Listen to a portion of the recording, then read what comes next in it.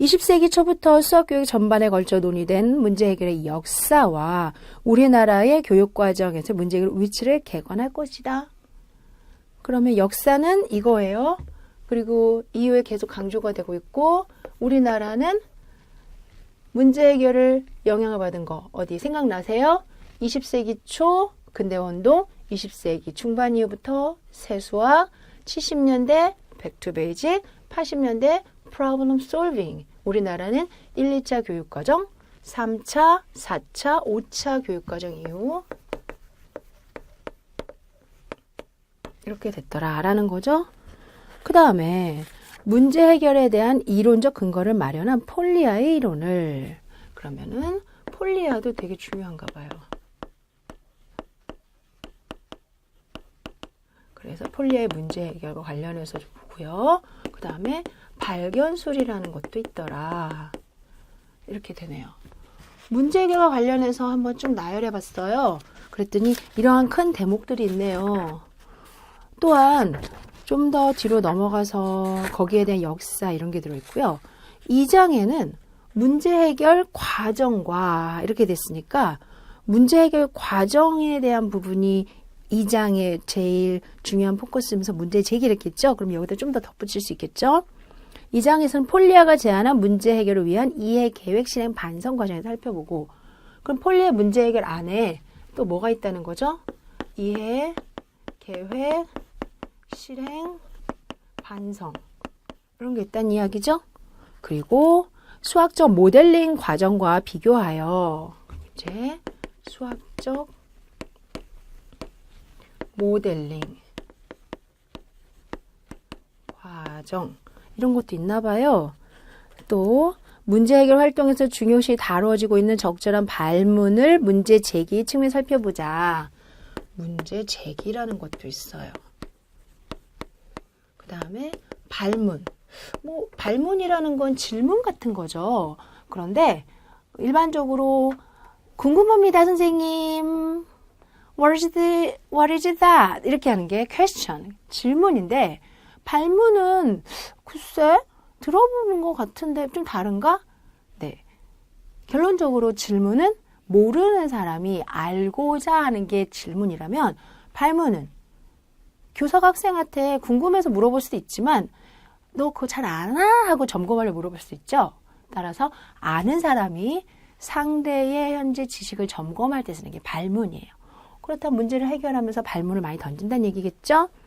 특히 문제 제기의 의미와 중요성 이런 부분에 대해서 한번 이야기해보자. 문제 해결 과정 이런 게 들어있네요. 수학적 모델링 그 다음에 문제 제기 문제 제기에는 와디프나 전략이 되게 중요하죠. 문제 제기의 역할 이런 게 들어있습니다. 그 다음에 이제 끝났을까 했더니 3장에 귀납, 추론과 유추 이렇게 들어있어요. 그래서 여기까지가 이제 문제 해결과 관련된 부분이지만 문제를 해결하다 보면 우리가 추론이라는 행위들을 좀 더 강조하게 되는데요. 지금 이 3장에는 귀납, 추론과 유추뿐 아니라 전략이 들어있어요. 그래서 여러 가지 전략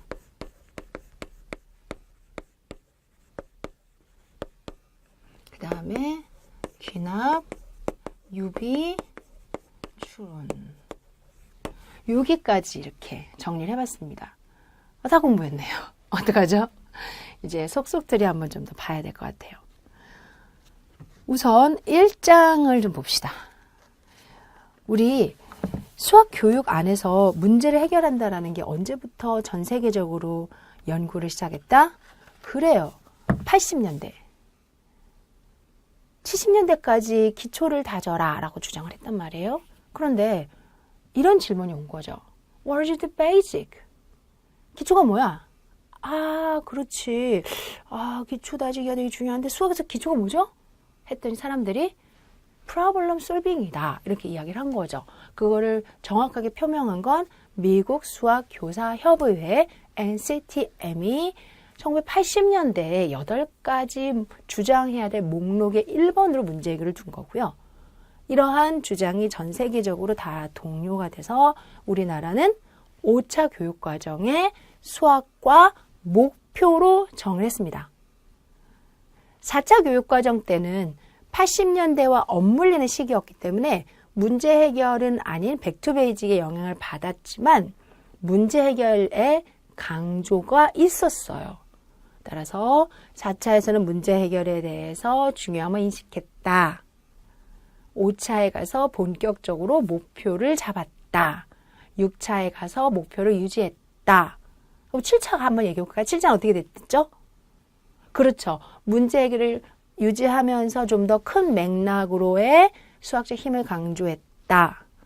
그 다음에 2007에 가서 또 수학적 힘을 강조했다.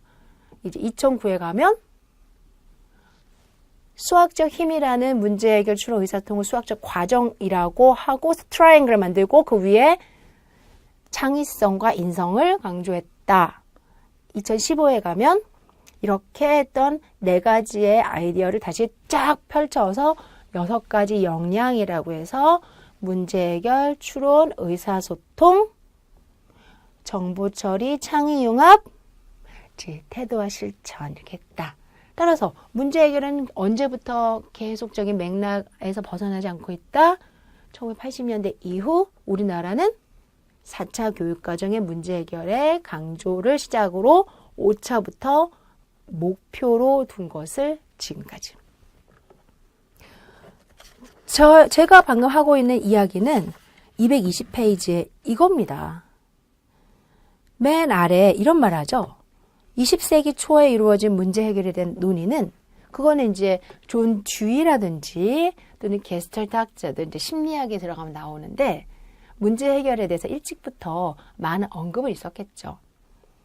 하지만 본격적으로 우리는 60년대 세수학 운동과 70년대의 기본으로 돌아가기 운동과 같은 격동기를 거치면서 1980년대에 기초 기능으로서의 문제 해결에 대한 관심이 높아지기 시작하였고 그래서 부흥기를 맞게 됩니다.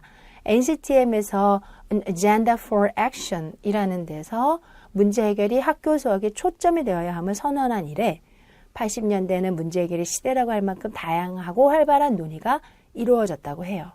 그리고 89년도에는 NCTM 스탠다드에서 문제 해결을 첫 번째 기준으로 강조하고 수정 보완된 것이 2000년에 다시 스탠다드에 문제 해결이 나머지들과 동일한 목표로 강조가 되죠. 이러한 문제 해결의 조류는 우리나라의 교육과정에도 서서히 등장해서 3차 교육과정에서 급격하게 도입되었던 수학교육 현대운동의 내용이 4차 교육과정에서 문제 해결력의 신장이라는 일에 관심을 갖게 됐고 4차 교육과정에서 경감 정선되면서 지나치게 어려운 내용보다는 수학의 기초적 기능을 배양하고 문제 해결력 신장에 대해서 관심을 갖게 됐고 그거 체크하시면 되겠죠. 4차 문제 해결력을 신장시키는 일에 관심. 이어 제5차 서가 교육과정에서 수학 내용을 정선하면서 문제 해결 신장을 강조로만 하면 안 돼요. 그 위에다 뭐라고도 써야 돼요? 목표 이렇게 써야 되겠죠. 그 다음에 6차와 제7차에서 문제 해결 신장을 위한 지도 내용, 전략, 방법 등을 구체적으로 그래서 5차 때까지는 목표를 두었지만 문제 해결력을 어떻게 신장해야 돼요? 라는 방향까지 제시하지 않았어요. 근데 6차에 와서는 문제 해결력을 지도할 때는 이렇게 하세요. 이런 전략을 사용하세요. 이런 방법을 사용하세요. 라는 설명이 시작되면서 지금까지 쭉 문제 해결 지도가 적극적을 띠게 되었습니다. 아래 보니까 2015 개정 수학과 교육과정에서 문제 해결력을 함양하기 위한 사항을 4가지로 소개하고 있어요. 이것만 볼게요. 문제를 해결할 때는 문제를 이해하고 문제 이해, 전략을 탐색하며 계획 세울 때 쓰는 거죠. 실행하고 실행했죠. 검증 및 반성하는 단계를 거치게 해야 된다. 반성 여기 있네요. 누구의 문제 해결 단계를 따라라? 폴리아의 문제 해결 4단계를 따르는 것이 이와 같이 한 줄로 축소가 됐어요. 그러면 여러분들 2015 개정 교육과정이지만 폴리의 문제 해결 4단계가 뭐예요? 라고 물어보면 첫째, 우선 문제를 이해하고요. 그리고 해결 전략을 탐색하며 해결 과정을 실행하고 검증 및 반성하는 단계입니다. 이렇게도 얘기할 수 있고 2015에서는 문제를 해결할 때 이렇게 하라고 했습니다. 라고 똑바로 말할 수 있겠죠.